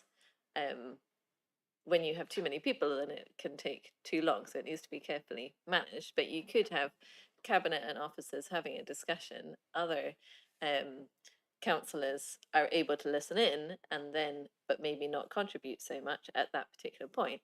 But then afterwards are invited to provide one comment each or something like that. It can be managed so that it fits within a suitable time frame, but there's more people involved and there's more understanding of ensuring that everything is being discussed. But it's not something that we've done as a council before. We've not hosted any groups like that. But fundamentally, I would like to see more people than just the 6 councillors that were involved in the working group before. I think it was only 6. I think it needs to be more than that. Thank you, Councillor Rice. Yeah, I'm sort of in agreement. I was thinking of making a recommendation for how we do this, but I think we need to think about it in more detail about exactly how we work together and how scrutiny ties in with cabinet and how the administration want to deliver it and how we get as much oversight as possible. Because I think I've put across that my fear is that we end up getting to when this local plan should be delivered, and we end up with another 2-year delay, and the only people that are getting impacted by it are the residents of BCP and the environment around BCP. We need to make sure that we've got something which is going to be good for everyone and delivers the right homes for the right people in the right places and that no one's left behind. And I think the only way we can do that is by engaging as much as possible with each other and with the wider conurbation as well. So I won't make any recommendations at this point, but I think just talking to the other scrutiny chairs in the room that we need to put our heads together and really think about how we can create something which is going to do this justice, because it probably is the most important piece of work we're going to do between now and 2027. And if there's nothing else from the committee, I'll leave that item there. Thank you very much for coming in, Councillor Earl. Thank you, Wendy, for all your input tonight. It's been really, really useful. And that then takes us on to item 10, which is our work plan. We've obviously had the request, which we discussed earlier, around the Christchurch harbour protection, which I think we've pretty much reached agreement that we've adopted that into the work plan, and we'll do a bigger scope and piece of work on exactly how that looks with everything else. And we also had 2 scrutiny requests from councillors, which are...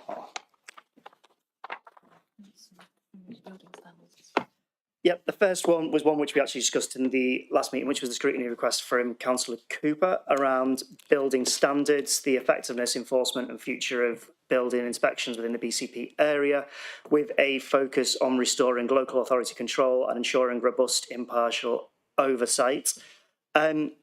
We have got Rhys Bright, one of the officers, joining us for this item online to just give outline a little bit of information about what potential value this committee would be able to offer if we were to adopt this as an item. So, Rhys, can I hand over to you just to say a few words about it, please?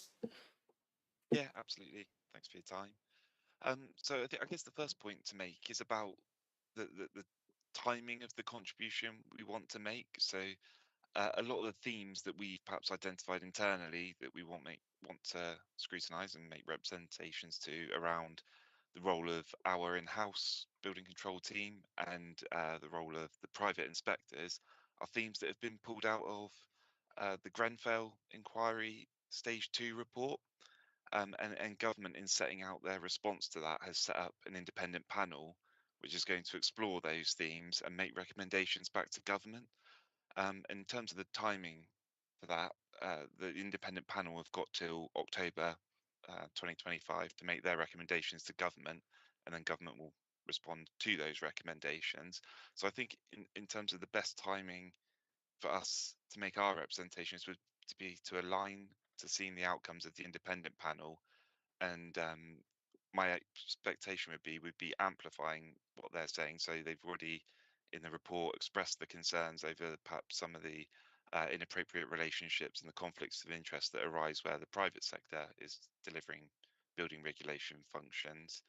So I think there's a good opportunity for us will be when that report from the independent panel comes out and seeing how government responds to that would be to then make our views best known to government. I'll keep it as brief as that for now, and I'm happy to take questions. That's great. Thanks very much for that. Committee, any questions?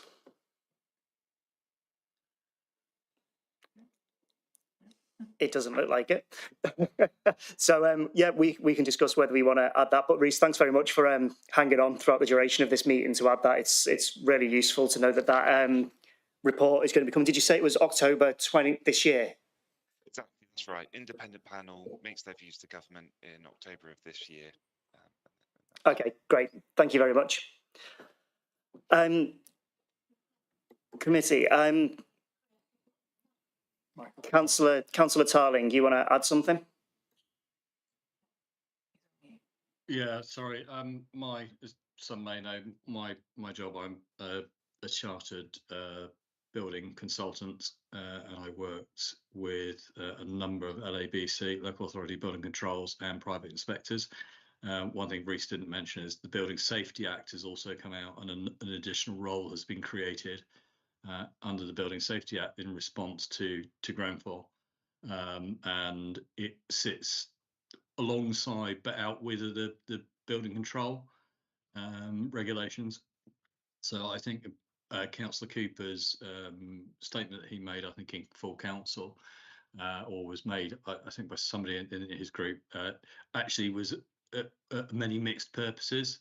So the outcome of the Grenfell report has been pretty much down to the role of a number of bodies and creation of another one, as in the Building Safety Act principal designer role, which has been created, and that sits out with the building regulations or the Building Act. So it's a bit confusing. We've got a Building Safety Act and a Building Act, but they are quite different, and the way they're implemented will be quite different. So I would back up Mr. Bright's thing that the dust hasn't settled yet. I've been to many seminars on post-Grenfell, the Building Safety Act, and I've just had a very long meeting today with a local authority building control team. And yeah, it still hasn't settled, so it's a bit early yet to decide what as a council we need to direct when central government is still really not giving us direction. Thank you again for letting me interject. Thank you for that. Right, so what I'm going to propose for this one is that we don't actually make a decision on whether we take this into the work plan until after the publication of the report later this year. And then once we've got more information, we can decide what value this committee can add, if that is agreeable to everyone. Agreed. Yeah, excellent. Thank you very much. And thanks again, Rhys. Okay, so the third and final one is a scrutiny request from Councillor Rice and Councillor Chapman-Law, which is asking if the council can review the timing settings for pedestrian crossings in the BCP area. Councillor Chapman-Law, thank you for waiting for this meeting to get your chance to speak. If you would like to, give us a bit of information around this, please. Thank you for having me. And honestly, compared to Monday night, this was a few minutes. Fascinating meeting, and plenty to talk about. I'm glad I came, actually. I'm here to talk to you about something that some might think isn't important. Everyone gets around by car, right? But according to the most recent census, 20% of households in BCP do not have a vehicle. A further 43% only have one vehicle. Even drivers will park somewhere and walk a distance to their destination, probably using a crossing along their way. So a lot of our residents do use these crossings, no matter their choice of transport. The problem is, crossing the road is hard and often time-consuming. Crossings mostly prioritise vehicles over pedestrians, leading to long wait times and standalone crossings like Pelicans and Toucan crossings. And then finally, needless reds for pedestrians at junction crossings. The recent changes to the highway code make it clear we should be prioritising pedestrians and cyclists and wheelers more. Currently, on standalone pelican crossings and toucan crossings, it seems that when the button is pressed, the traffic sensor looks for a gap. If one doesn't appear after a set period of time, the lights will change for the pedestrians. The issue is that this can be as much as 25 seconds, which is especially frustrating when you have to do it twice over a dual carriageway. I can tell you that when the sun is out, it's quite a long wait, and when it's cold, dark and raining, 25 seconds feels like eternity. Bristol City Councillors recently approved plans to reprogram all 100 pelican, puffin and toucan crossings so that if no one has approached the crossing for 30 seconds, that when the button is pushed, the lights immediately turn to orange and then to red to allow them to cross. I feel that this is something that we should be looking to do in BCP too.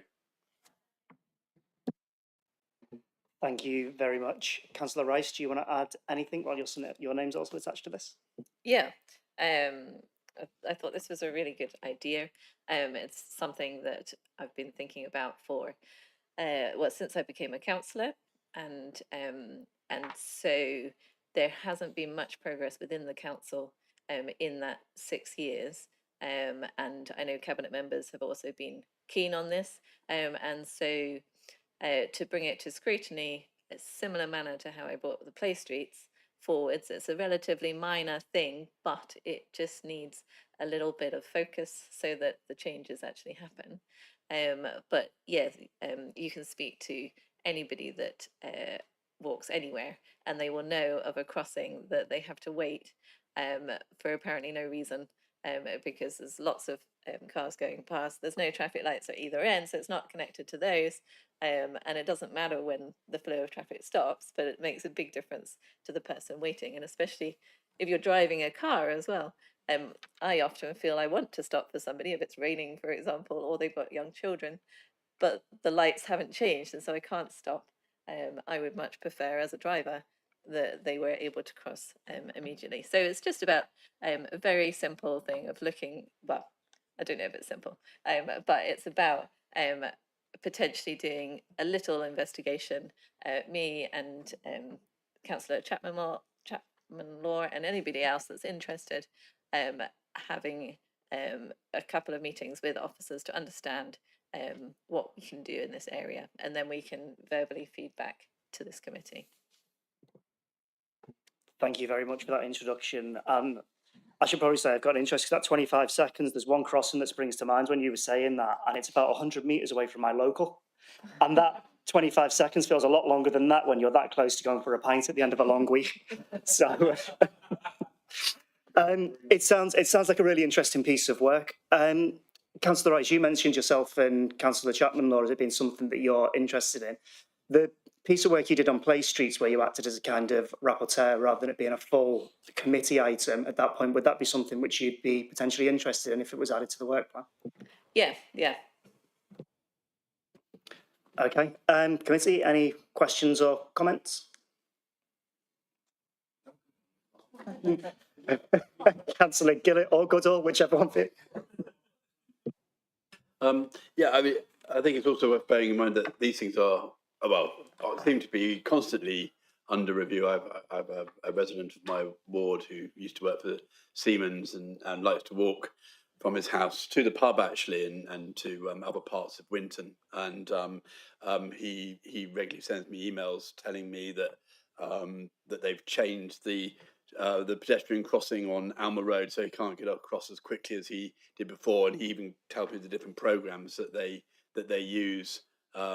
Maybe he should be on the committee.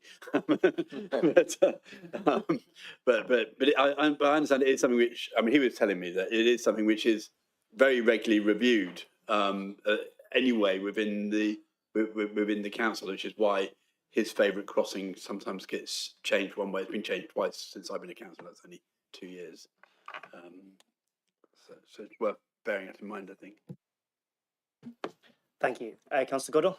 Well, I only wanted to add, I thought my colleague on my right was going to mention Ashley Cross, but one of the issues that we've got is that, and it does fit in with what you're saying, is that the pubs we keep on going on about pubs, that the pubs in Parr Street and Ashley Cross are now a destination. So there's a lot of problems with parking because people are parking on WLA lines, on parking on, and there is in Wessex Road, there is a parking area. But at the moment, it's very difficult to get people to park in the parking area and then walk across 2 sets of traffic lights in some cases in order to get, which would make everybody's life easier if they could get from the car park to the pubs instead of parking on WLA lines. So I think it's an absolutely brilliant idea. Thank you very much. And if you can manage to make it easier to get to the pub, I'd be very grateful. Thank you. Should probably say this isn't the only reason that people walk, right? There's plenty of reasons.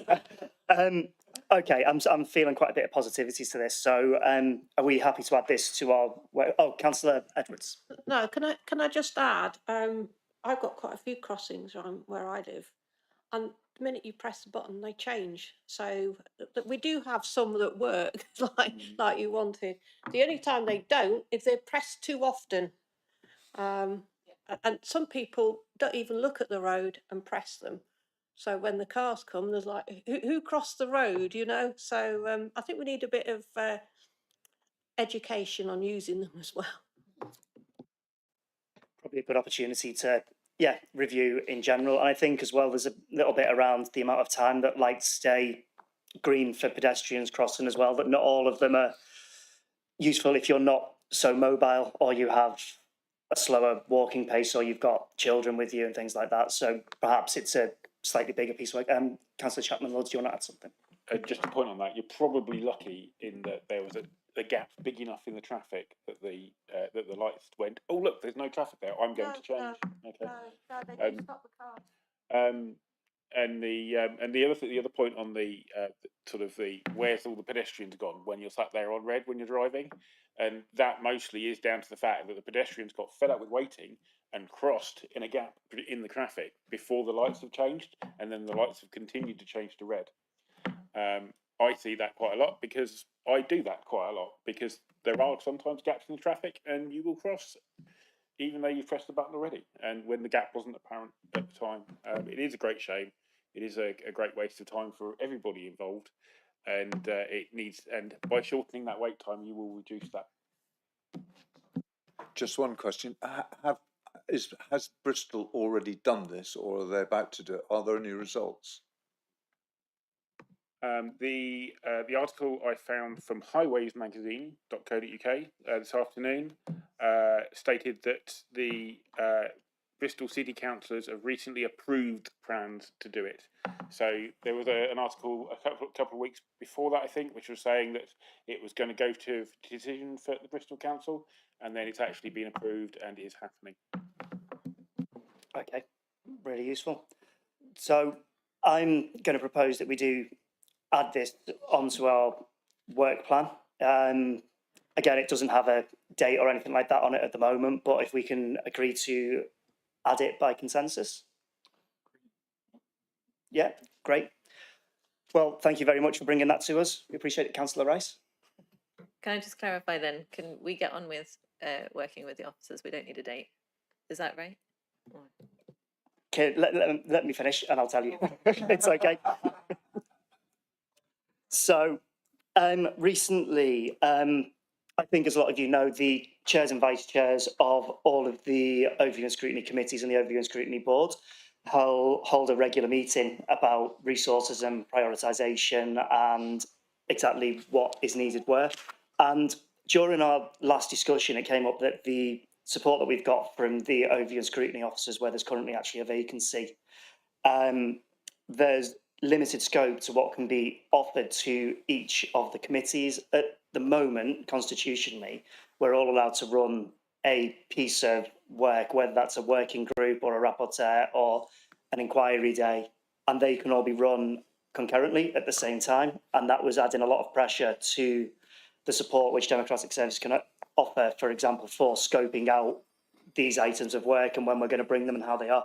So we, during discussion, said, well, actually, if we work between ourselves as the chairs and vice chairs to actually prioritise amongst the committees as well, to see where resource can be delivered at what time, to make sure that we get the best benefit from the resources which we have available, to target the items which we feel need the attention more. And that's not to say that someone can't be supported to go and do something like this, where there's not a lot of democratic services support needed, but something like an inquiry day, which would actually take a lot of support and backup, it may fall in a different scope in there. So I just wanted to bring it to everyone's attention that this is something we're talking about, and also seek out your agreement that you're happy for us to trial this to see how it works for us and the impact which it will have across the committees as well. Okay, I'll take that as agreement for now. So the only other thing is the content of the remainder of our work plan. There are a couple of gaps in it, but if you're happy for me and the vice chair to go away and fill those gaps as well, so we've got them for the forward meetings, then I can close the meeting. Okay, I take that as agreed. Thank you very much. The next meeting will be on the 9th of July at 6 p.m. here again. So see you then. Thank you very much for joining us. Thank you everyone who watched at home, all the officers who contributed and councillors as well. Good night.